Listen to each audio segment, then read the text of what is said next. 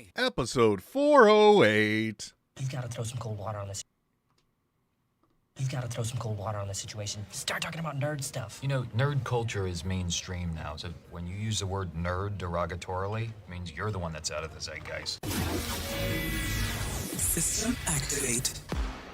This is NetHeads with Will Wilkins. It's a tech podcast. But we are a ton cooler than your typical geek. You guys rock. And now, here's Will.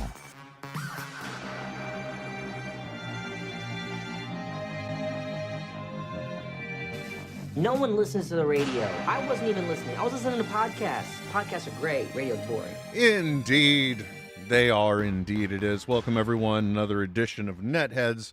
My name is Will, flying solo, but that's okay. Plenty to talk about, plenty to address, and we are definitely going to be burying the lead because there are probably people out there right now that they're seeing Superman. And you know what? A little bit of a preview.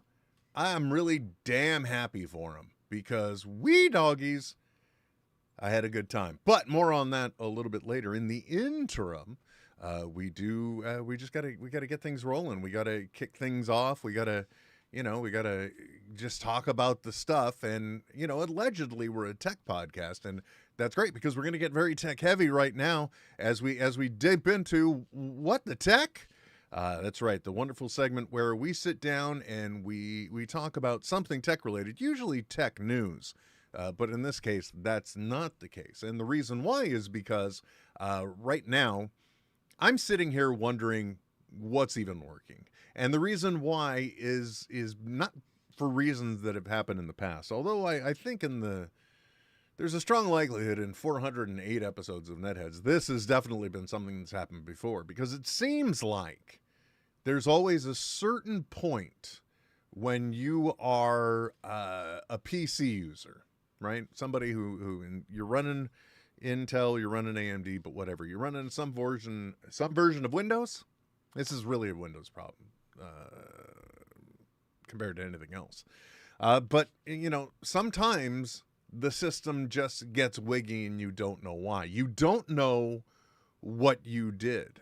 And I have a default response to that. And it's real simple. I say to hell with it and I wipe the operating system and I start fresh. Now, let me tell you, if you run into a situation where either things don't seem to be working anymore, they don't want to be running. I had an issue with Adobe Premiere. It was no longer able to run the latest version of Adobe Premiere on my PC. And believe me, the PC is not that old and it ain't that bad, man. I will say it typically handled everything I threw at it. But first the Adobe Premiere issue happened, then rendering started slowing down was my suspicion. And then after that, when it came down to editing audio or video, it just wasn't cooperating. It was not. You know what I mean? Actually, you don't know what I mean. But the indicator there was that every single action I was trying to take in the editing software, which, Adobe Premiere it's probably not the best thing to use, but it's what I know. I know there are DaVinci people that are pretty dead set on that, or what's another video editor?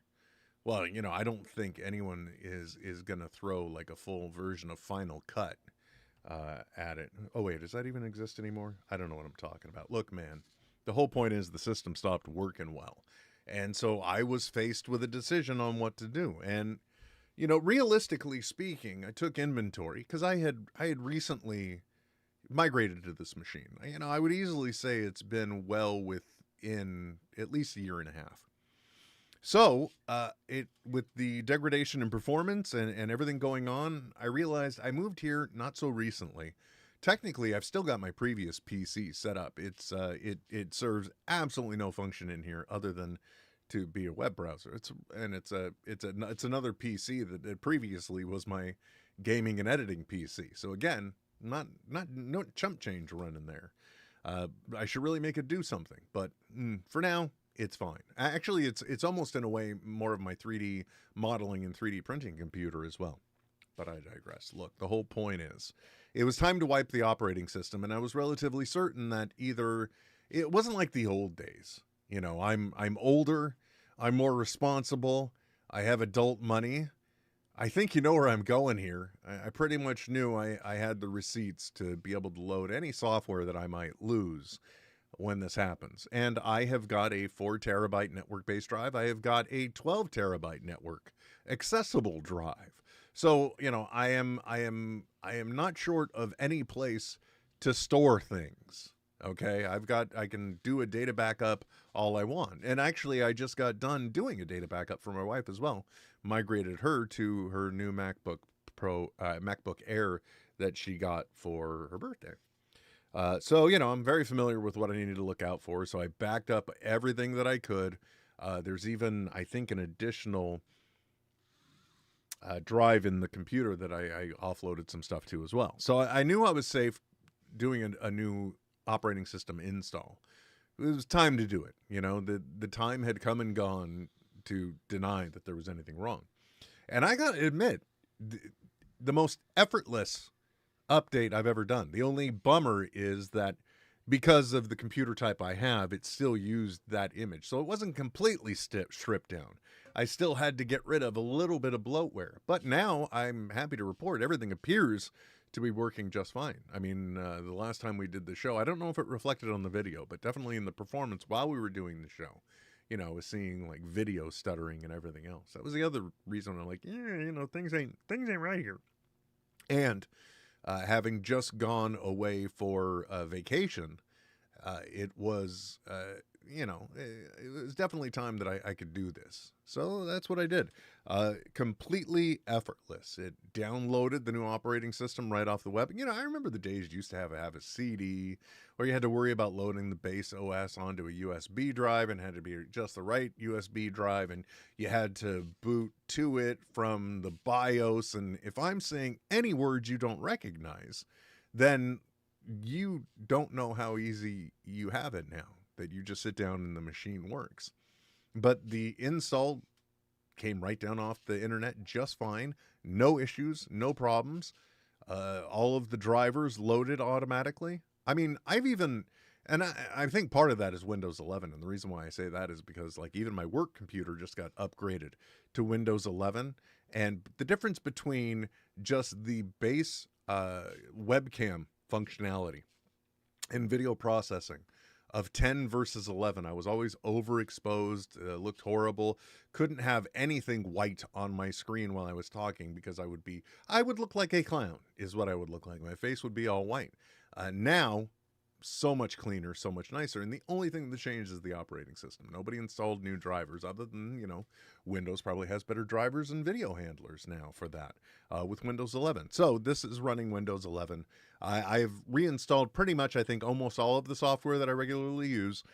Everything seems to be working great. I've got 3D prints rolling. So, you know, life on this machine now is good again. For a while, it was getting really funky. So if you do hit a wall with your PC and you just can't take it anymore, you're like, gosh darn this thing. And maybe you're trying to extend the life of a PC because you're trying to stretch your value you put into it, or the money that you put into it. You know, you're trying to drag out that value for yourself. One of the things there's two things I would always say you got to look at. The first is the hard drive, and the second is the operating system itself. You know, if the issue is not there, then trust me when I say that it's there. So, you know, I of course highly recommend, if you are not familiar with how to handle this, to leave it to a professional. But if you also pretty much know everything that you've got on the computer is retrievable, you can back up all your data, wipe that sucker clean, and just be done with it. You know, free yourself, break loose of the slow operating system shackles. You know, don't walk when you can run, is what I am saying. So, you know, that's a little bit of friendly advice I've got. I just know that it's been a relief since I fixed it. So, you know, you got to be. I spend so much time at this desk. I need everything to work, and I need it to work right now. And typically, I'm doing things under the gun. You know, I got to be honest. If you go to my TikTok, I did a video on 4th of July, and look, it's very clearly an ad, but you know, it's because the great folks at Sliceworks have provided me with stuff, and I needed to do a video on the 4th of July because the filament for the subscription box last month was red, white, and blue, right? So I wanted to find something I could print for 4th of July, and naturally, I don't think about this until the morning of 4th of July. And I ended up printing some glasses, some star-spangled glasses is what they were. You know, kind of like a white-framed Ray-Bans with slats so that it still looks like an American flag in the lenses, kind of. And it was just a perfect opportunity because, like I said, that filament that we got last month was red, white, and blue. I was utilizing the wonderful triple-dipped polymer cool build plate that they have, which, by the way, I absolutely adore because it's not textured as much because it's sticky, right? So you get a really nice finish. I wish I had those glasses here so that you could see them because they printed flat down. And so the piece that is facing out, you want to look good. You don't want it to look like it has a pebble finish. You want it to be smooth. And that's what you get with it. Not to mention, when I printed these glasses, I'm not kidding when I say they were Ray-Ban style. And they came with, of all things, just a tiny little pin to drop into the hinges that 3D printed. And because I was using that cool build plate, it's really sticky. I never have to use... I never have to use glue to get things to stick to the build plate. And that little tiny itty bitty piece that was in there that printed those 2 pins, I gotta tell you, man, they stuck to the build plate. They didn't pop loose. They didn't get lost. They needed no rafts, no brims, no help in adhering. And I am not kidding when I say those pins aren't any bigger than a mini plug jack, right? That right there. For those kids that may not recognize this, this is like used to be a headphone cable that plugged into our phones and everything else. And because the build plate printed like a charm.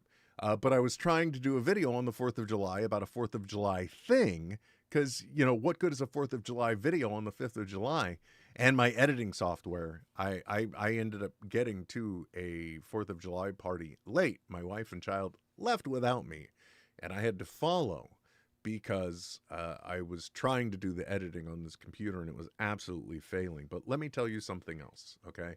Other than the software install. Obviously, I just talked about the great filaments we got last month. It was Old Glory Red, Old Glory Blue, and a nice pearly white.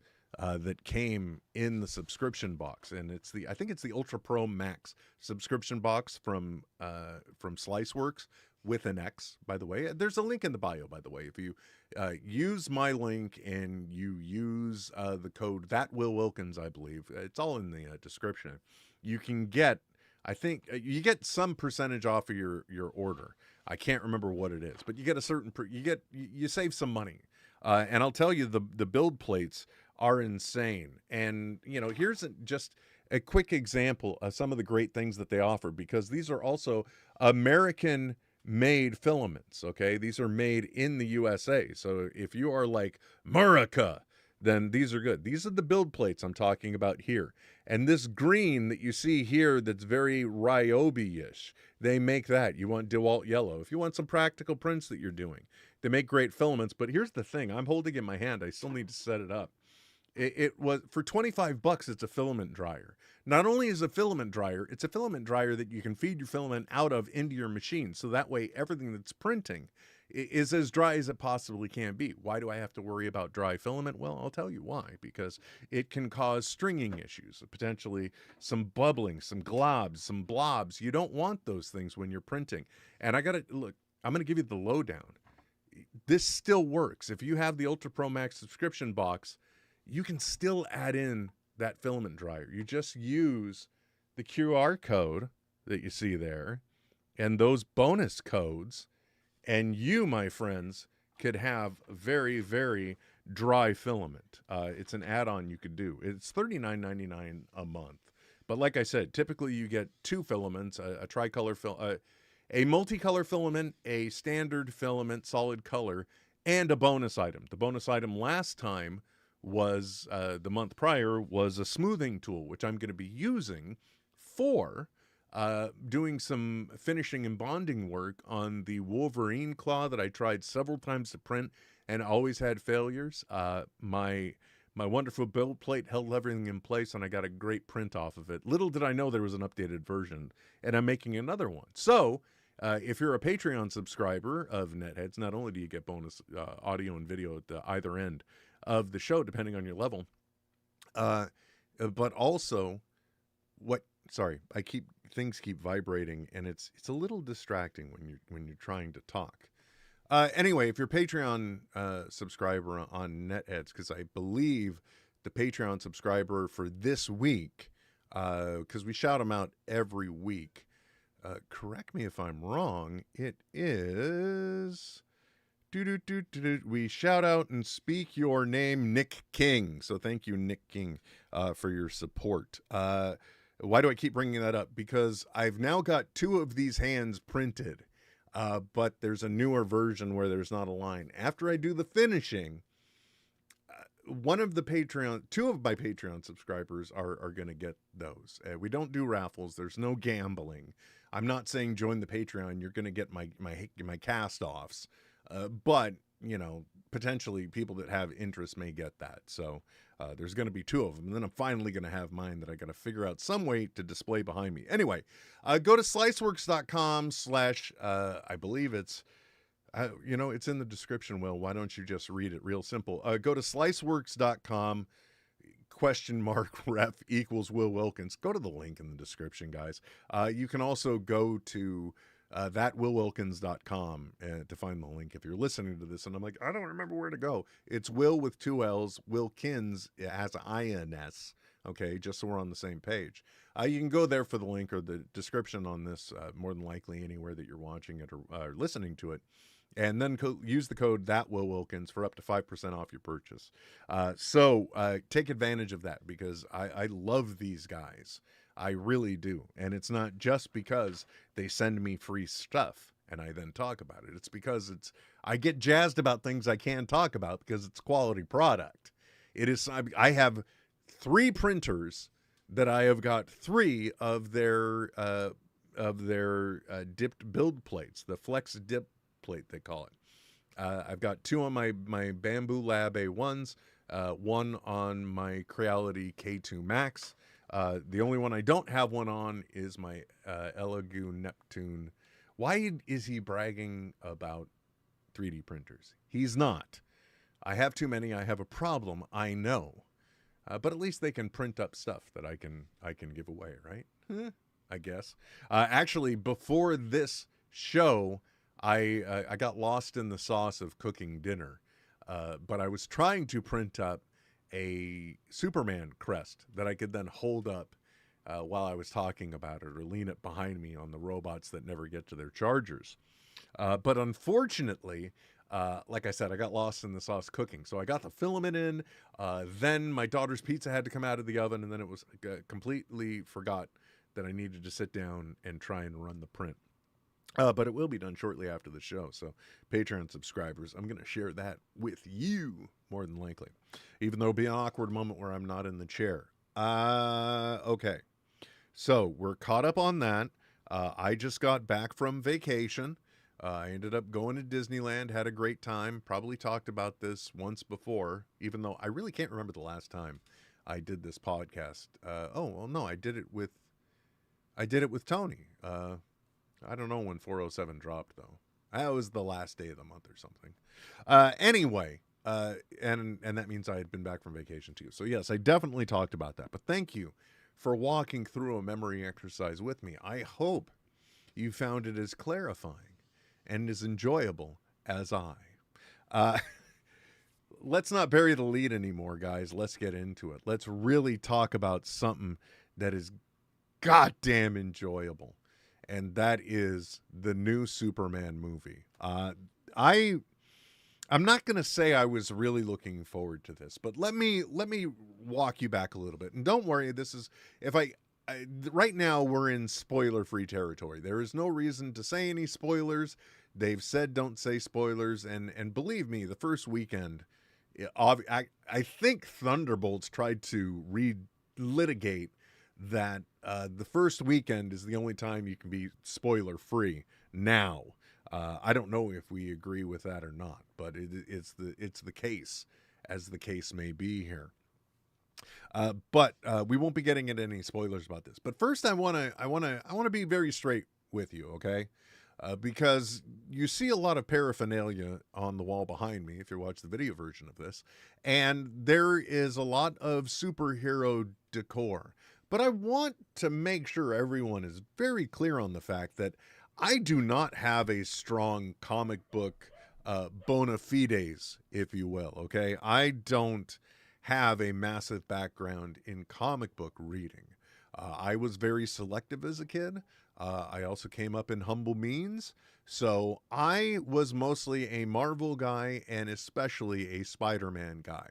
That was my focus. I would drift out of comics when there were crossovers, but I would always come back to the Amazing Spider-Man, the Spectacular Spider-Man, and then eventually there was just Spider-Man.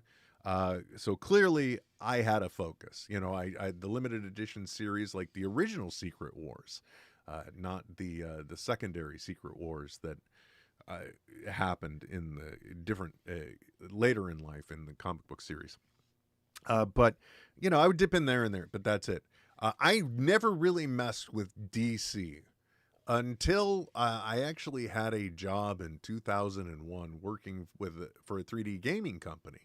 And there, one of the founders had brought in all of their DC comics because there was a while where they were potentially doing an online game with DC. And so they had a lot of modeling work done. And, you know, for backstory and the like, his comic book collection was there. And that's when I started dipping into like Superman, Batman, Green Lantern, Kyle, what was Kyle's last name? Was it Rayner? His run was my true introduction to Green Lantern. And then, of course, that naturally piqued my interest into reading more of the lore. I also got into the Blackest Night and Brightest Day comic series runs. The whole point is, I've never really gone deep or hard on Superman. Please allow me to rephrase. I'd like that stricken from the record, please. I've never gone deep in the lore of Superman, but I still have a deep connection to the character. And the reason why is because of family and fond childhood memories.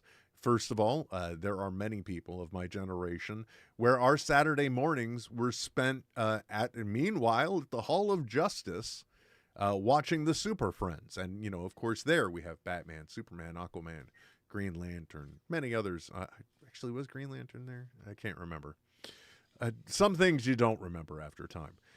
But when it came right down to it, that was my reference to Superman until I believe the year was either, 78 or 79 when Richard Donner's Superman came out. And I remember vividly and giddily that my older brother, and it may have actually been on Christmas Day or something, because I know we crossed over the bridge from Hayward. Which one is that? Doesn't matter. To go see Superman in theaters. And that movie was so amazing to me. But, you know, a lot of movies are amazing to a kid. Because to be fair, I really thought that the Flash Gordon movie was just it, man. It was legit. I've seen it since. And like I said, kids like a lot of things. But the Superman movie I just absolutely loved. Superman 2, when you get beyond the Richard Donner drama of it all, was, in my memory, enjoyable. I think I would have preferred to have seen the Richard Donner cut a lot more of that, because I did, and I really enjoyed it. And you know, I had seen all of the Christopher Reeve movies after that, but that first movie, it was something different. It was something special. And the fact that my older brother took me to see it meant a lot to me too. So I always had a fondness for the character. And when they tried to reboot Superman with Brandon Routh, I was like, oh, this guy, he fits the part. I like that they are trying to like make a conclusion or a sequel to the Richard Donner Superman in many ways. But you know, there was something dark about it. And I can't even remember when that one came out, but I'm relatively certain that it was in a post Batman 1989 era, at which point they probably thought things had to be moodier. And he was sulkier, but that's not my Superman. At least not the one that I saw in my Saturday morning cartoons, and it's not the one that I saw in my Christopher Reeve movies. Because, you know, there was a bit of such an aw shucks kind of portrayal of Clark Kent, and there was a very noble presentation of Superman. And, you know, Superman Returns or Lives or whatever, Superman Returns, that one was just it was good, but it was dark. You could see the darkness starting, okay? And then obviously we got what we got with Man of Steel in the Zack Snyder verse. Again, I can't make a Superman, so I'm not going to tear that apart. You know, they just, when you see Superman, you want him, in my opinion, to be the best of us. And that doesn't necessarily mean that he has to be bogged down by the everyday problems. It doesn't mean that everything has to be turmoil, right?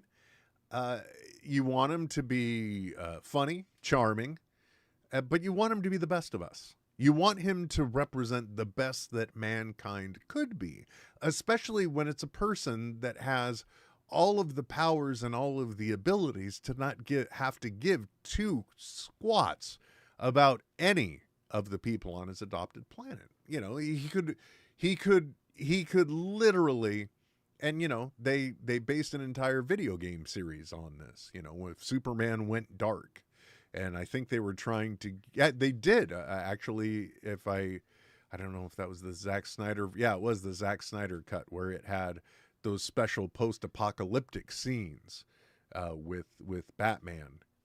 It was kind of a continuation of what we had seen before. Now I'm just delving into the lore, and I don't mean to. But again, you know, very, very tortured, very sad. I'm not saying he's not the best of us, because it still could rule over everything, but doesn't. And I don't know, you want him to be the world's biggest Boy Scout, but you also want him to be charming. You want him to be funny, and especially relatable, especially when it's somebody that has all of those powers.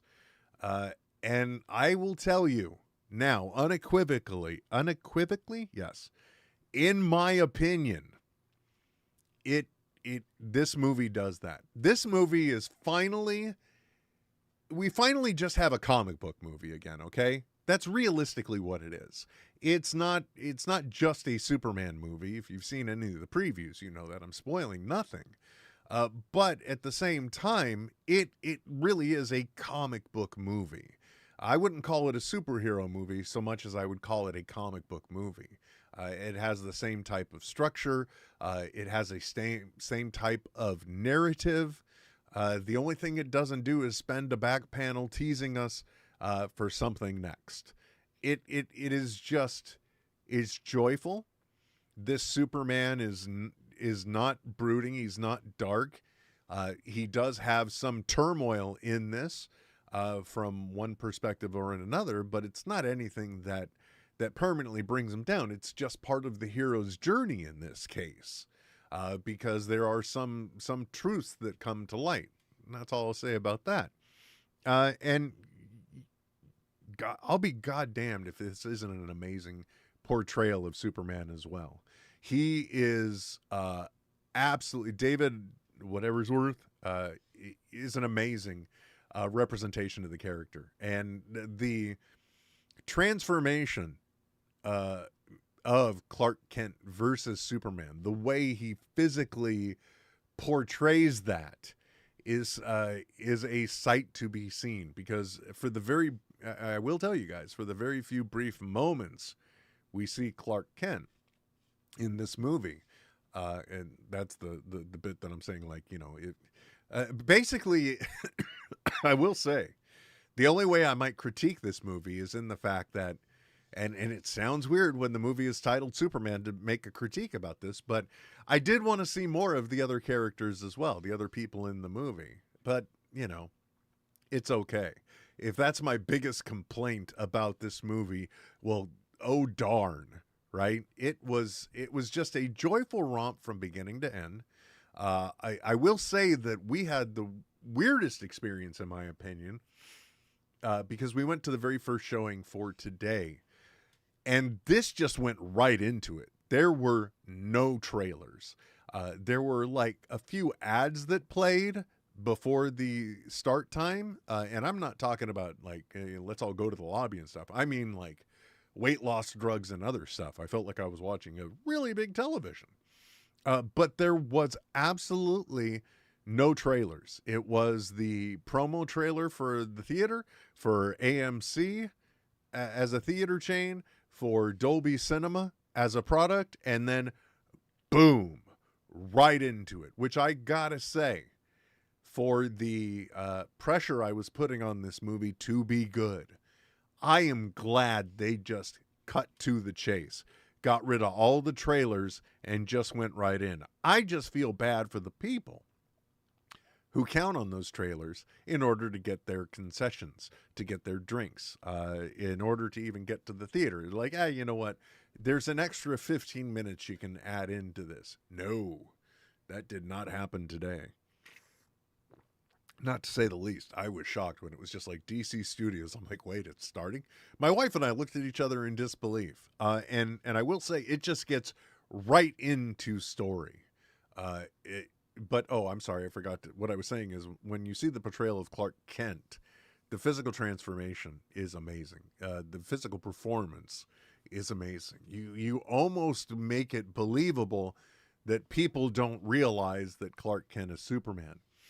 And I will say a teaser, in a part of this movie, you also find out another reason why, which is something actually I believe that was somehow spoiled by the internet for me going into this.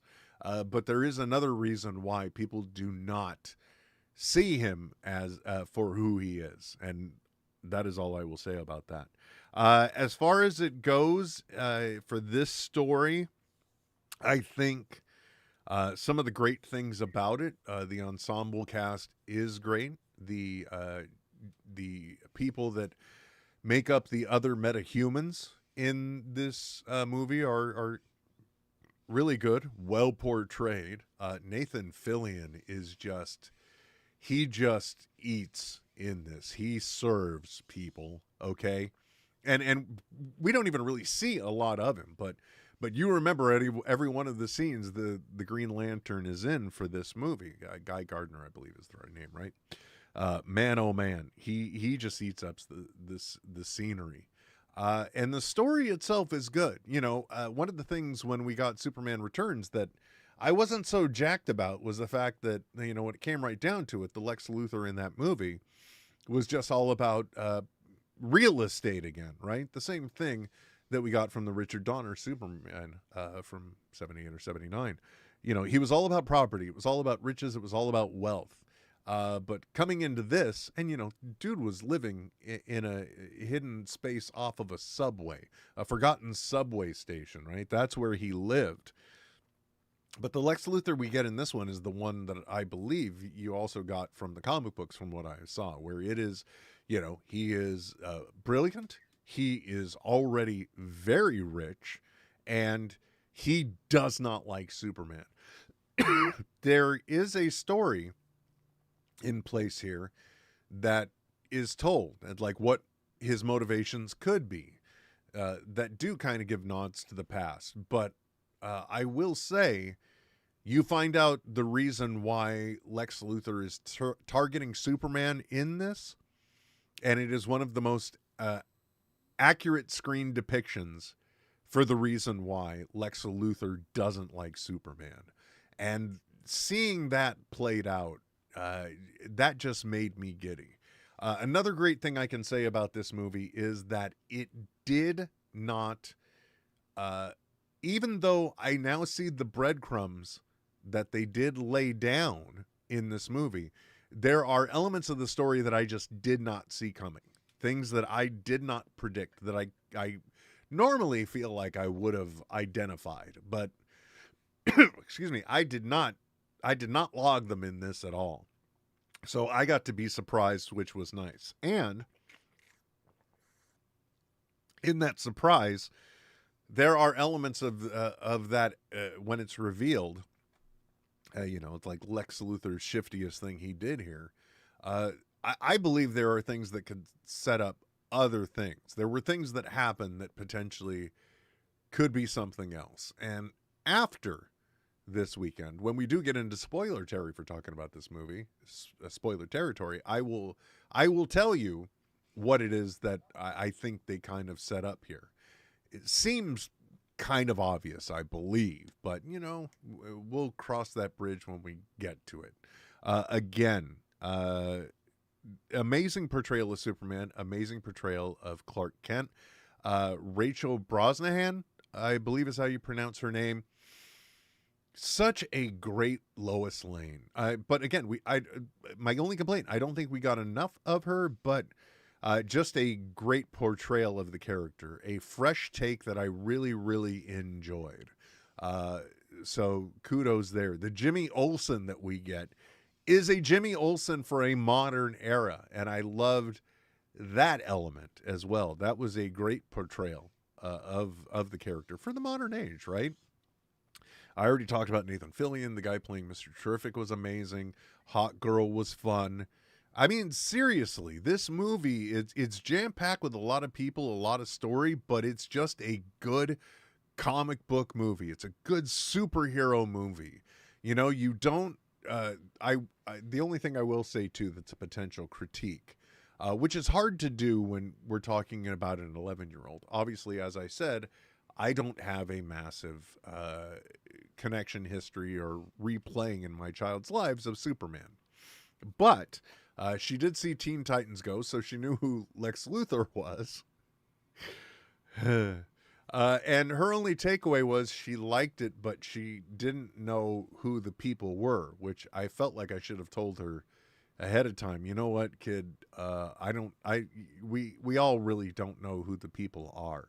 That's the way every story gets told. But at the same time, it's very valid. She had no idea what the hell was going on in some elements. I was able to follow the story the whole time. And again, I thought it was well told. I was very fearful that we were going to be getting into kind of flash forward, flashback territory. Did not happen. Thank goodness. And it was very unique and interesting that we came into the story and the action is already happening. Things have already transpired in the story. Things have and the story just continues from there. We don't go back to like 3 days earlier kind of thing. It's just like they put it on the table, they say what it was, and that's that. Here is where we are in the story moving on. Yes, it did have not a title card, but a narrative that was being told. But I thought that was a clever way they were breaking it down because they said, 3 centuries ago this happened, 3 weeks ago, or 30 years ago, 3 years ago, 3 days ago, 3 minutes ago. And that's how you come into the story. And I liked that as a mechanic. Usually I don't like things where they're telling you the story.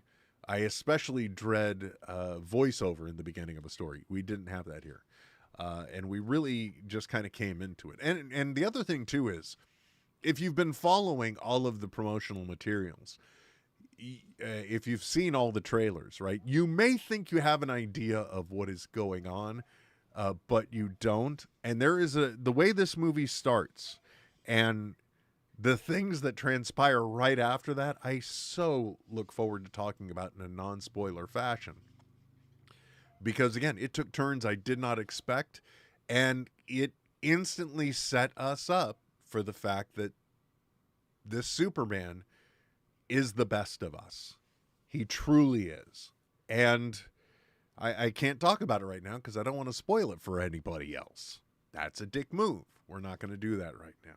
We're too fresh into this. But man, I will admit, I put a lot of pressure on this movie. I love these movies, guys. Over the weekend, I got some things done, but I didn't get some things done because my wife started playing all of the Iron Man movies. And you know what? You give me Robert Downey Jr. playing Tony Stark, I'm going to be in. I'm going to walk out. I'm going to sit down. I'm going to watch. I love this nerdy shit, okay? I'm not going to lie. And things have been tumultuous on the DC side of things for a long time. The quality has gone down in the way of Marvel. So I was putting a lot of pressure on this movie. I'm like, because I want to believe in James Gunn's vision, okay? He has established himself as a great storyteller with the Guardians of the Galaxy movies. His other films too. What he did with Suicide Squad was good. He's a good filmmaker, right? But he's really good with this type of genre. And so I wanted to love this movie because I want to see a DC cinematic universe. I'm more than willing to see a new Batman. Give me all the different superheroes you want, as long as you have a cohesive direction that you feel you're going. At least demonstrate to me you have the ability to set a tone that is fun and you're able to hold on to it. And James Gunn did it. James Gunn did it with this Superman movie. My wife, coming out of this, even said it's one of the best. It may be for her one of the best Superman movies that happened. It's definitely something she liked a lot more than any of the Superman movies we've gotten recently. And I'm right there with her. And you know, she is. I think it would be a stretch to say that she's even like a fan of me, but she's definitely not like a solid fan of the genres of comic book movies, superhero movies, and the like. But this one she enjoyed too. So that right there, I think, is the ringing endorsement that you can take away from this. That even for the people that may not be into it, there are entertaining elements in this movie. So if you were, for some reason, on the fence about not seeing it this weekend, if you were just thinking, you know, I'm tired of this genre in general, if you're feeling like you are suffering fatigue, I'd still encourage you to go see it this weekend. If for no other reason than the most selfish one, which is the fact that I really enjoyed this movie. I enjoyed the tone. I want James Gunn to have the opportunity to do more and more, both as a studio head and as a creator in this area.